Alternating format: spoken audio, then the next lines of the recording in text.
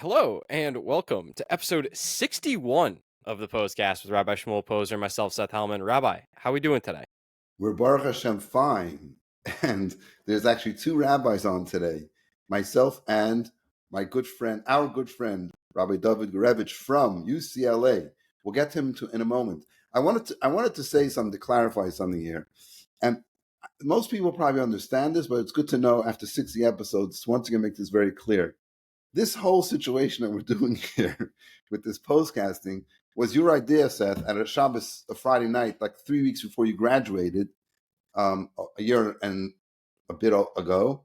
And you said, we should do a postcast. And I sat on it for a couple of weeks, and I said, okay, we're going to do it. And then we started doing it. And the idea was, it's like me and you schmoozing around, probably me doing more of the schmoozing than you.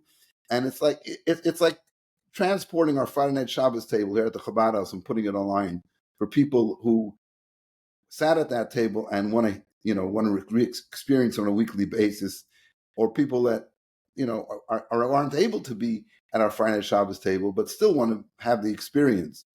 So things that when we have a discussion, a personal discussion, you say something that's not exactly right, you miss something, you added something. It's like, okay, big deal. Like, no one's judging you.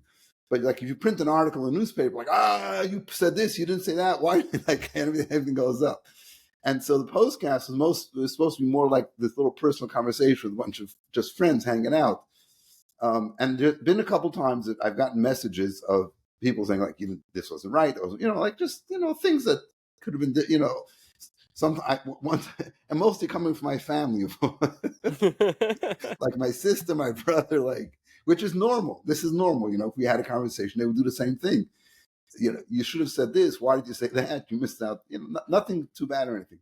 So I just want to let all the people out there know that Seth and I specifically, do appreciate comments and corrections and things like that. But you got to give us a break here. This is not like, we're not the official Chabad voice or anything. This is just me hacking around. Yes, I'm making that clear right now. It's like if I say something and you say, wait a second, I saw it says somewhere a little differently. Hey, let me know. I have no problem with that. It'd be the same if I met you in the street and said something to you and you thought like, oh, you left something out. You said something you shouldn't have said. You would just say it to me and we'd move on with life and not make a big deal out of it. So I just want to put this major disclaimer on up there. Okay. Does Chabad.org have any official podcasts? Chabad.org is everything. You can live on Chabad for the rest of your life, and you wouldn't get halfway through it. They have all kinds of stuff there. They're amazing. They're amazing. Yeah, I think that we should be in contact with Chabad.org to be the official podcast. That's exactly what we don't Chabad want. movement. Yeah, the voice of the Chabad movement. Not I, said the rabbi. Anyway. Now you, Seth, you just came back from Israel. I did. In 60 seconds, tell us, how was it? It was awesome. I mean, we obviously discussed a little bit of what the experience was like when we had the postcast immediately before Shavuos, but I went to the old city after that and went to the hotel after that. So obviously the more fun, well, I shouldn't say more fun, like you go to Israel to go to the hotel, right? Like it's kind of like the main reason to go, right? So the main part of that trip happened after the postcast. But yeah, it was great. I didn't get to meet the guy that that does the tefillin stand at the hotel. He was not there at the time that I was there. However, 2 seconds here. Oh, hang on. Sure. Come on. There we go. You have a picture there or something? Yeah, there we go. Ah, that's your dad? Yep, and that's his first time wrapping tefillin. He had never wrapped tefillin before that point. And so that's my Chabad on campus tefillin. You can actually see my bag right there. Oh, the Chabad. And yeah, so I've got him reading from the little pamphlet. That's amazing. And then first time for tefillin is definitely, the hotel is definitely a great place to do it. Yeah, I don't think there's a better spot for that, Absolutely. Yeah. I mean, I'm not saying better or worse or equal, but 770, is right up there. But yeah, so overall, great trip. Beautiful, wonderful. What was did you hear anything about, how did you feel the mood was amongst the people there with all this It was situation? extremely normal. Like it it really wasn't different at all. I mean, you saw more people with bumper stickers that said like Am Yisrael Chai on them, and obviously there were a lot of people wearing the like the bring them home necklaces and things, and obviously when you're at the airport they've got all of the posters for the hostages, right? So it's different in that sense, but other than that it was no different than the last time I was there. um we obviously discussed how we had the sirens go off and when I was in Haifa, and so um that's obviously a little bit different, but it's not as if that's something that had never happened before. And it was funny because my dad was at the Baha'i Gardens and I was closer to the beach, and so the sirens went off and he was near these bus drivers and they're just like chilling and he's talking to them to just like confirm what's going on and whatever. And the guy looks at him and he goes, you should probably go find cover or whatever. And the bus driver's not going anywhere. Like he's just standing there. He's telling my dad that he should go and find cover. It was very funny. That's good to hear. It's good to hear because we always imagine, and there's even people thinking of going to Israel now, but they're worried this and that, what's going to be, what's going to happen. And the people in Israel think that over here, it's, complete chaos, which brings us to our special guest, Rabbi Dovid Gurevich from UCLA Chabad, to tell us his story. But before we get to that, let's just find out who this person is. So give us your life story in like 3 minutes. And we'll interject if we want any elaboration. Thank you for having me. Now I really feel like I made it after all the media circuit the last few weeks. This is the main highlight. Although, my least favorite part is talking about myself, but I'll have to tolerate it. Born and raised in Ukraine. Ooh. I guess that's the claim to fame now. Now that people know where Ukraine is. Right. Came to the States. I was almost 15.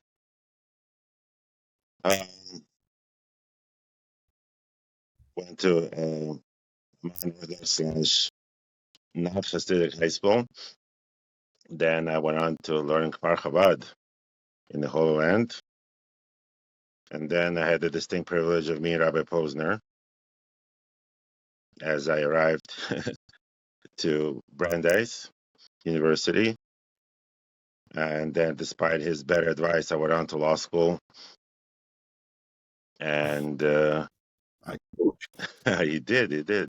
And then, this incredible opportunity turned up to be here at UCLA. And it's been a wild ride ever since for the past 18 years. So that's the story in a nutshell. I know. Beautiful. Excellent. So let me ask you, the first 15 years in Ukraine, what was your Jewish life like there? It was primarily non-existent. Everyone knew that they were Jewish, but nobody really had any way, an outlet to express that. It was still under communism, basically. So whatever Judaism existed, it was undercover at the time, and most people were not aware of it.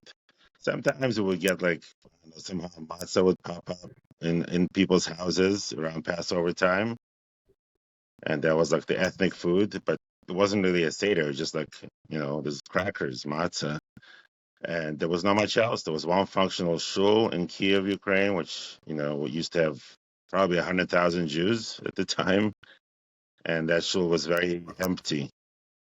So as the Soviet Union was falling apart, and all those republics became independent, including Ukraine. So that was around 1991. So that was the first real immersive Jewish experience I had, which was Camp Gan Israel, opened up by Chabad in suburbs of Kiev. And somehow my parents decided to enroll me there. I turned 14 in camp. And that was basically the turning point. That's where I encountered Yiddishkeit. And the only counselor that's from Los Angeles was my counselor, Chaim Marcus. I still see him almost weekly around here. And that was really the Wow. big turning point. Wow. Amazing. So when you got to the United States, you said you went to a modern Jewish high school. You were up to par to have Jewish studies on a high school level. Not really. I mean, I was very motivated to learn as much as I could since that, summer camp experience. So I was learning on my own a lot of stuff, a lot of Hebrew. I went to, after that camp, I went to shul for 6 months until the actual immigration point. So, but at a very basic level, still learning a lot, reading a lot, just out of curiosity. But I insisted on being in a Jewish educational environment, even though my parents were like, "What are you doing?" But I was like learning three languages at the same time. I had to learn English, I had to learn Hebrew. Then I decided why not just throw in some Spanish as well. As of course, Because it's a high school level, so you're learning Gemara. So Aramaic is another language you have to throw in there, right? But I just figured, you know what, I have to do it. Now is the time to do it, and I had a lot of catching up to do, but I think I had caught up and maybe even went a little bit ahead in some areas. It was a steep learning curve, but it was very challenging yet stimulating. and then after high school, you went straight to college, or you went to yeshiva in between. So, a lot of people were doing gap year. Most of my classmates were doing gap year in Israel. And, it's a kind of like a Misnagdish high school. So what's the best way to rebel? You go to Chabad yeshiva. So I went to Kfar Chabad. Not only that, but I went to the actual Tomchei Tmimim, not like anything, in between. Because by then, I had some skills that I built up over 3 years of yeshiva high school. Not much in terms of Hasidus, but I went to non Hasidic high school, but I went to Chabad house, the rest of my time in the valley. So I learned the sikhas, at least from the outside. I heard it through the shluchim speeches. I absorbed stuff that I was exposed to in terms of Yom Tov and Shabbos and everything else, and the environment, of course. And this was the crazy times. This was Nun Gimel, Nun Dalet in 1993, 1994. Gimel Tammuz, there was physical passing. So this was a very intense time, but it was also a time to for real growth, I felt. So I went to Kfar Chabad, and it was all in Hebrew with a little bit of Yiddish, and this was I was not quite ready for that. And there was another rough going, just moving to another country within 3 years.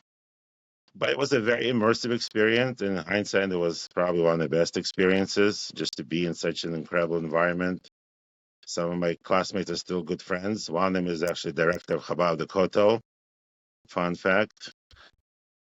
Rabbi Yossi Halperin, he is the Israeli half of that operation. So yeah, that was an amazing, amazing time there. Wow, that's so brave. Let's jump into the deep end without a life jacket or anything, and just say I'm going to learn how to swim here. To join any yeshiva post high school without intensive preparation before, and then to do it in Israel where everything's in Hebrew, because they did have a program there in English. I guess you skipped that. You just wanted to go into the mainstream, like Morrison has a Baal Tshuva section, has a Right.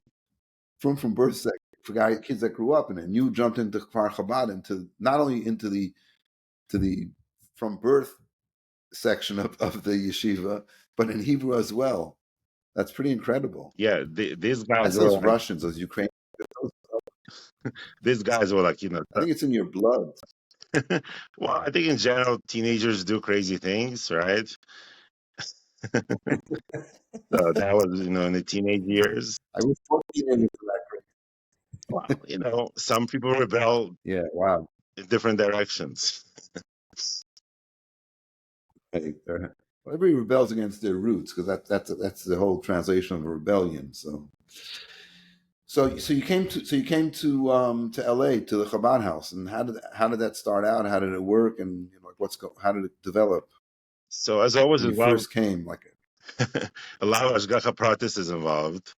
So like the first apartment that my family picked out was like literally a 3-minute walk from a Chabad house, which was like I walked by it and it looked like it was under construction, like a huge place.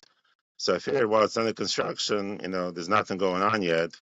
But then I kept seeing some Chabad guy, on my block walking up and down the street. So I figured, you know what, I gotta go in, see what's going on there, construction or not. And I did, and they had like an old place, like an auxiliary. There was the shul and the operating while the main shul was going up. So, it took me a couple of months to be brave enough to walk in, but to them it was weird because, I walk in, I'm like, a new immigrant from Soviet Union, but I'm walking in with the yarmulke and tzitzis, which was, not the usual that they expected.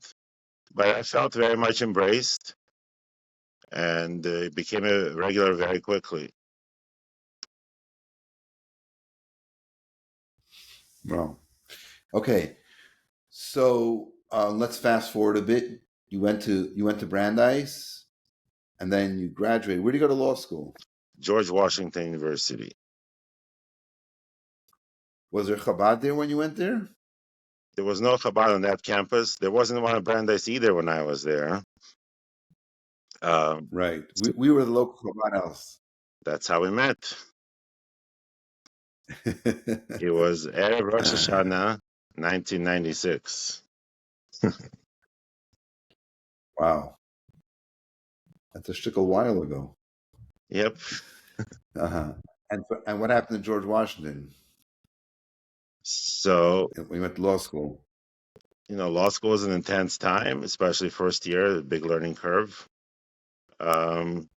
Right. So I lived actually in Silver Spring and commuted the first year.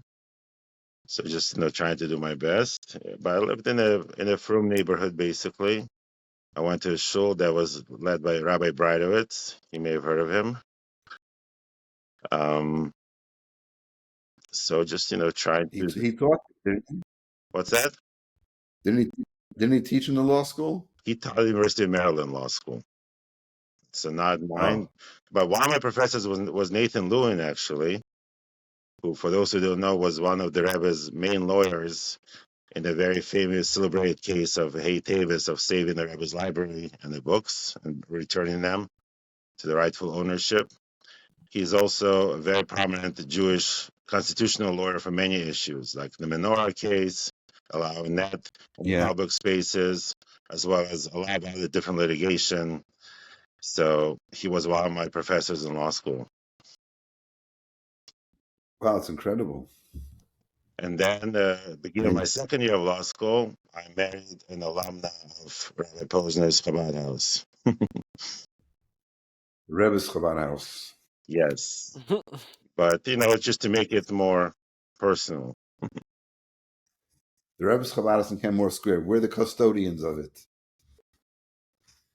You got married, and then you ended up in. You're from California, so going to UCLA was not so out of this world. It was almost like a nice natural step.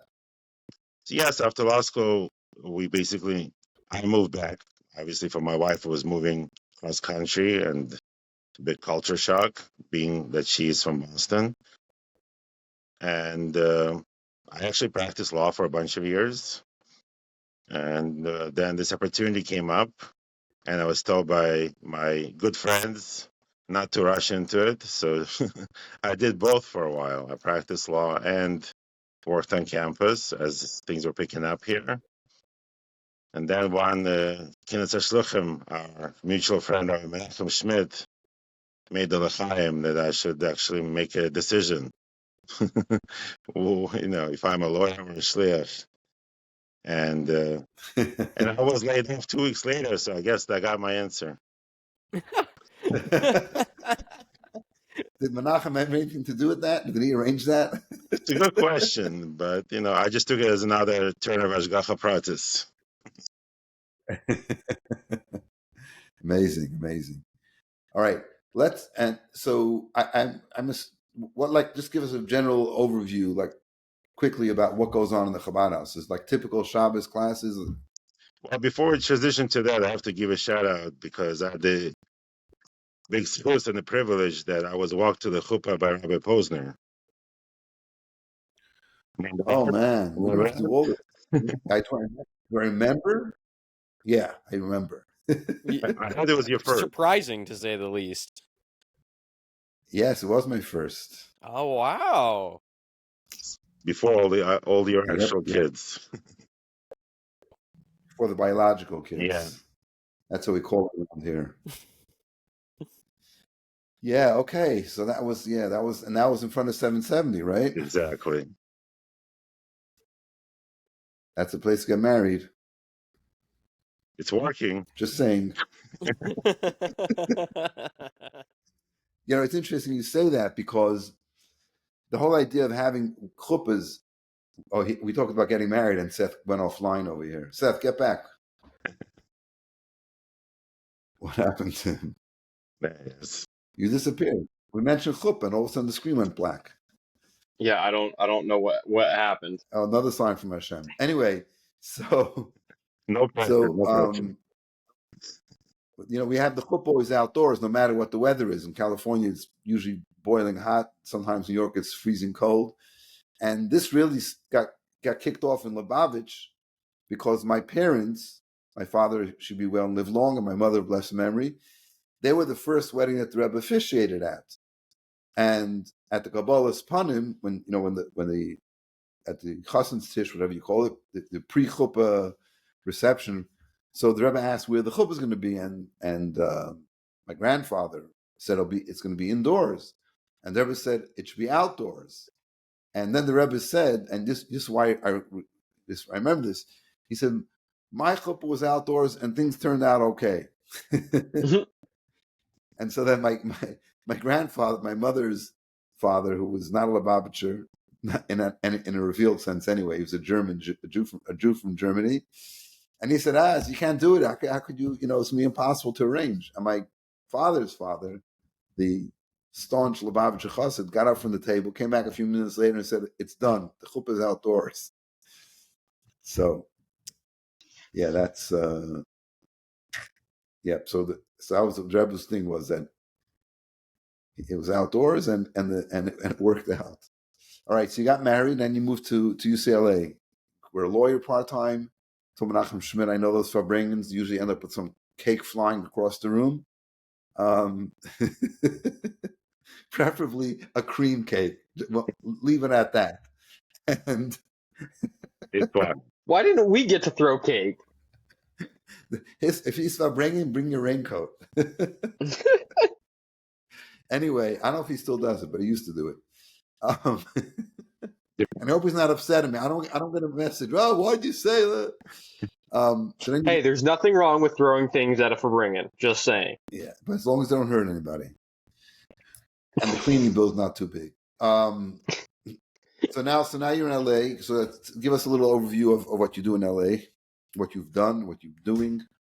It's just we got a feel. So yeah, we lived here for 4 years until we moved to Shlichus. It's a different part of LA. LA has many moving parts.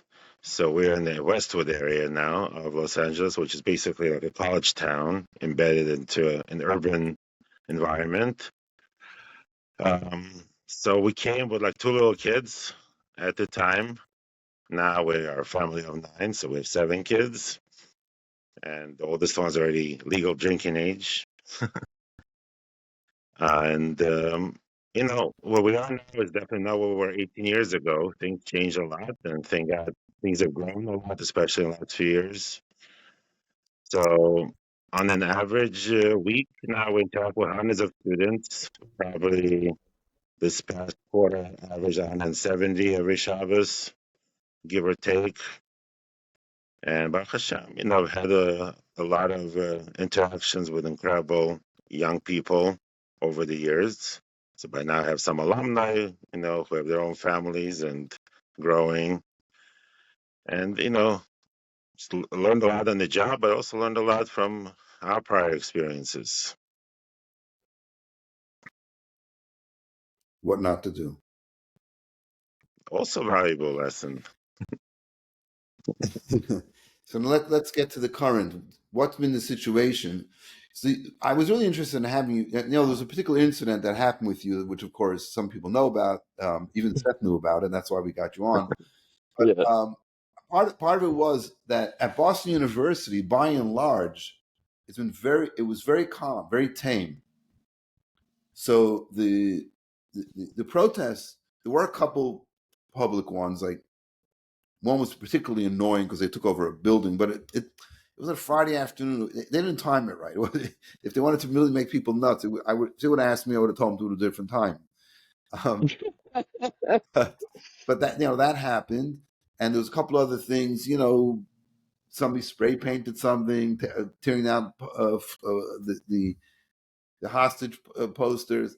But it wasn't like it was this idea that, because I was just listening yesterday. This student, I think she's a grad student now, maybe not, at MIT,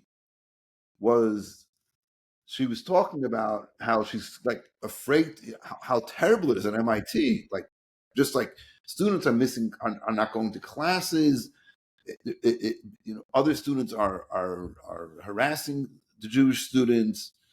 I know she used the word doxing. I have no idea what that is. But anyway, and really, like, it was like, whoa, this is really horrible. And this is like a 15-minute walk from it's across the bridge, and Cambridge is definitely a different city and country from the rest of the world, but definitely from Boston. So I'm just thinking, like, BU, yeah, the kids were uncomfortable because the online stuff and people I knew, and now they're doing this stuff. And when you see the protests, it is bothersome. But it wasn't in your face. There was no threats, no violence, or anything like that whatsoever. So, I know Emerson College, which is about a half an hour walk from here, had also had some encampment situation going on there. And Berkeley that I'm at also, I don't think anybody. I haven't spoken to any students on this side of the river, not in Cambridge, that are afraid or. Yeah, the Emerson kids were a little intimidated because there's a situation going in the dormitory with stuff, where somebody put stuff on their door, took it off the door. There was a little bit of uncomfortable situation. A couple of students actually left Emerson because of it. So that did happen there. But at BU, it was kind of like, yeah, okay, there's a little noise, but it wasn't horrible. And then I'm hearing that by you was like very different. So tell us the story there. Yeah, it seems like here it's been much more intense, almost on the level of Columbia. So we're like not only the top public university, but also top, incidents with this and anti-Semitic activity going on as well. Well, basically, I think it was the first day of Chol at Pesach when the first encampment broke out, which basically was these, pro-jihad activists pitching tents on the main quad. Lots of them. It kept growing. They kept taking over more territory. And, they basically fenced themselves in, barricaded themselves in. They only would let people in that they vetted somehow, that they allowed. And then at some point, they were at the checkpoints where they wouldn't let people through unless they were approved by them. So, of course, they excluded many, if not most, Jewish students. It's right next to the main library and a main iconic building on campus.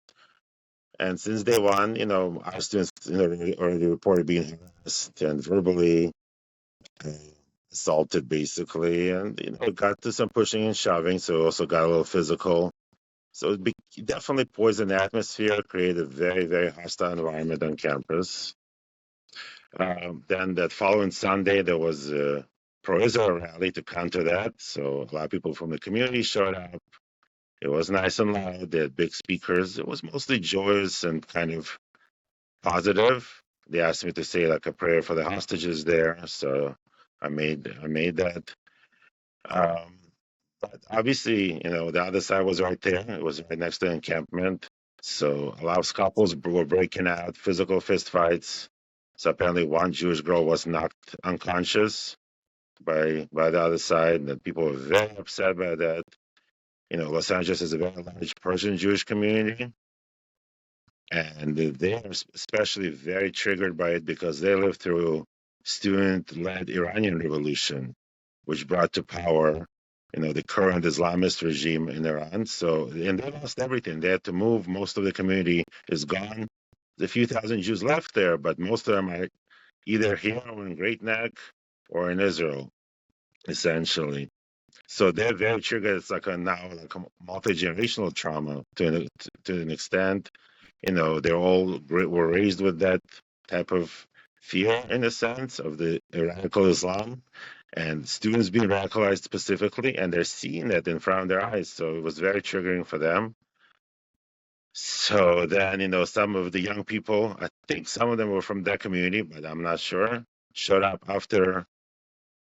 Maybe they had 4 cups of wine at the Mashiach Suda. I'm not exactly sure, but they showed up trying to dismantle the encampment on their own after Yom Tov.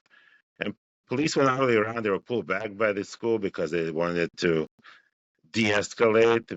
Anyways, those people who are pro-jihadi are also anti-police. So it got very ugly, with fireworks in the air, with all kinds of major physical altercations. And then, within the next 48 hours, the encampment was actually dismantled with like hundreds of police here. Like, it was like a war zone, basically. But they came back. They came back second time, and finally came back for the third time last week, which was here still finals because we're in a quarter system. So I was there from day one of the first encampment, just to kind of like encourage and support our students, because I knew that they would be very much upset by it. So, I would go. I mean, it was still Pesach, so I was like, there's no tefillin on Pesach. Chabad Shmur matzah. I didn't know what else really to do to give them something, physical encouragement. So I gave them Shmur matzah, the bread of faith, that they show faith that, everything is going to turn out fine, not to lose hope, to stay positive. And then, after Yom Tov was over, I was there wrapping tefillin by the encampment a few times with those who were brave enough to do it. And same thing in the most recent, iteration of that, which was last week, when I heard that the encampment broke out. I went there. I wrapped tefillin with a few guys. It was actually right before sunset, and it was perfect timing for that.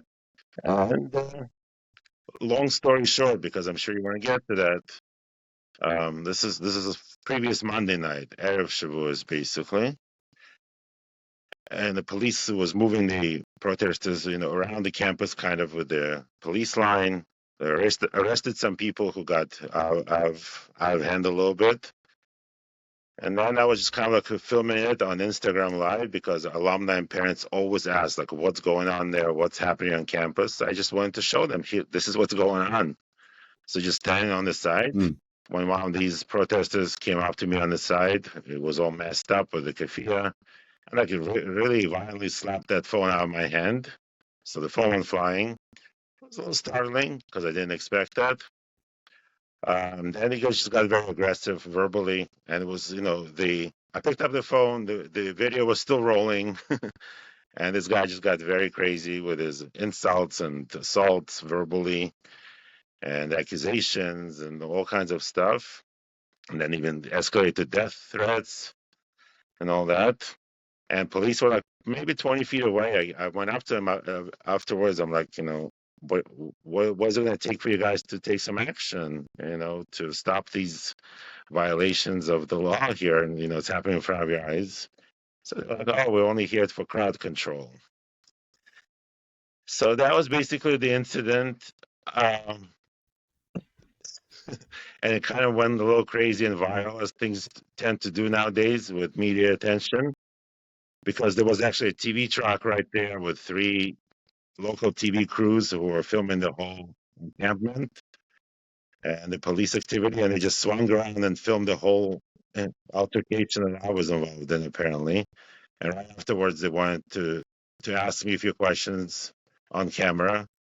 So they interviewed me, and then it's been a crazy ride ever since. I've been made to Pos-cast. That's how crazy it's been.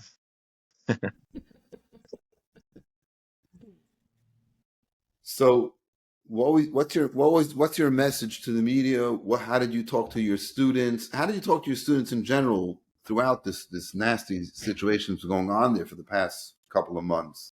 or more. Like, what is your message to them when they come, either when you meet them on campus or when they come to the Chabad house? So it's a challenge because I try to channel what the Rebbe would want to tell them. That's basically, I feel, our job is as shluchim. And I never had those personal encounters that Rabbi Posner had, but I tried to, learn from what the Rebbe would tell in similar situations. And I think the Rebbe was an irrepressible optimist. He would always find positive ways to address even some of the most challenging situations and issues. So I always try to encourage the students to focus on the positive sides of their identity, of being proudly Jewish, and express it through action. Do a mitzvah. Don't be afraid to have that mezuzah on your dorm, even if some people are going to give you some side eyes or whatever. And just, stay proud, stay positive, get more involved, come for Shabbos, even if you didn't before, because we all need each other more than ever. You need that support of the community, of, true friends that you will make here, not the fake ones that might backstab you. So that's been the message overall. Just be positive, stay, very proudly Jewish, and do something about it. And don't let the haters define you, but rather, find your own inner light and spark, and let it shine a little bit more. Beautiful. And you've seen students that weren't coming before, not coming as regularly, getting more involved? Oh, absolutely. Since October 7th, definitely a lot more people are coming. A lot of people are dusting off their tefillin. Few of them have done this 40-day tefillin challenge that many campuses were involved in. And now they haven't stopped, so they keep wrapping tefillin. I helped a few guys to get their own pairs with the Chabad on campus tefillin bank, which, if anyone wants, they should totally take advantage of that. It's such an amazing investment in your own spirituality and connectivity to Yiddishkeit. So amazing growth, and it shouldn't have taken such a negative incident for people to, wake up a little bit more. But now that it happened, we can't do anything about that. People definitely are coming out of the woodworks and, getting involved in all aspects of Chabad house and Yiddishkeit in general. Yeah, I have here this article that I saw on the Jewish website about the exact subject you're talking about. I was prepared to just let me share with everybody. So it goes, it's a short article. For some Israelis, even those far away from their Jewish traditions, October 7th was a wake-up call to revisit their religious identity. Israeli singer Danny Niv, known by his trade name Mookie, revealed this week that from October 8th, he has been placing tefillin every morning and going to shul every Shabbat. There's in a recent project, Sweeter Than Honey, by folk singer Moshe Peretz, he invited other singers to join him in performing songs of faith and prayer. Mookie joined Peretz, and the two sang Modani together. Mookie then revealed that every morning when I open my eyes, I say Modani, which is a prayer thanking Hashem for returning your soul. My entire life, I never said Modani or Shema Yisrael. I never put on tefillin. 1 second. From October 8th, I put on tefillin daily. My neighbor on one side, who was 80, still drives his tractor on Shabbat morning. And on the other side, I have a shul. I'm in the shul every Shabbat. Now here's the line I think that really encapsulates what we're talking about. He says like this: you want to kill me because I'm a Jew? I'll be super Jewish. Where there's truth, that's where I want to be. You want to kill me because I'm Jewish? I'll be super Jewish. Where there is truth, that's where I want to be. This is insane. It's insane because it doesn't mention anybody having influence on him. I mean, somebody must have shown him how to put on tefillin. But it wasn't like he went to some seminar or some rabbi preached to him. It's not. But this idea that where there's truth, that's where I want to be. Like, why do you think this is the truth? I mean, this is classic Tanya. The Kudas HaEmes, the point of truth is in every single person. And we covered it up. That's the neshama. And the neshama, when it used to have an expression in the Chabad, it's called the neshama explosion. Then, like around 2000, we started using it because it was all those bus bombings. Then it wasn't going over well. Like a person has a neshama explosion. It means that the neshama is in there and has such Rebbe spoke about nuclear energy, like it's all in the atom. But if you tap into it, like it has infinite, that's the neshama. So I think this is what this guy is. I don't think this is his language, but this is what he's talking about. And the fact that I guess he's a prominent, well-known singer in Israel. I don't have no clue who he is. And he's coming out and saying that. That's just that's fantastic. That's so powerful. And to hear that from you and seeing it here, I think it's going on. The Jewish world is sort of this wake up mode. So that's the situation is horrible and terrible, but the good that's coming out of it is amazing. The positive connection Jews have to Judaism. It's time for us to learn how to love Judaism because it's the right thing and the truth, even when someone that isn't knocking on our head or giving us a hard time. But let's be able to move forward in a positive way from here on. So basically, the encampment is down; it's over with. So there's calm now at UCLA. Well, last week was finals week, so I think that was hopefully the end of it for the foreseeable future. And so for now, it seems quiet. We're hoping that it will stay that way.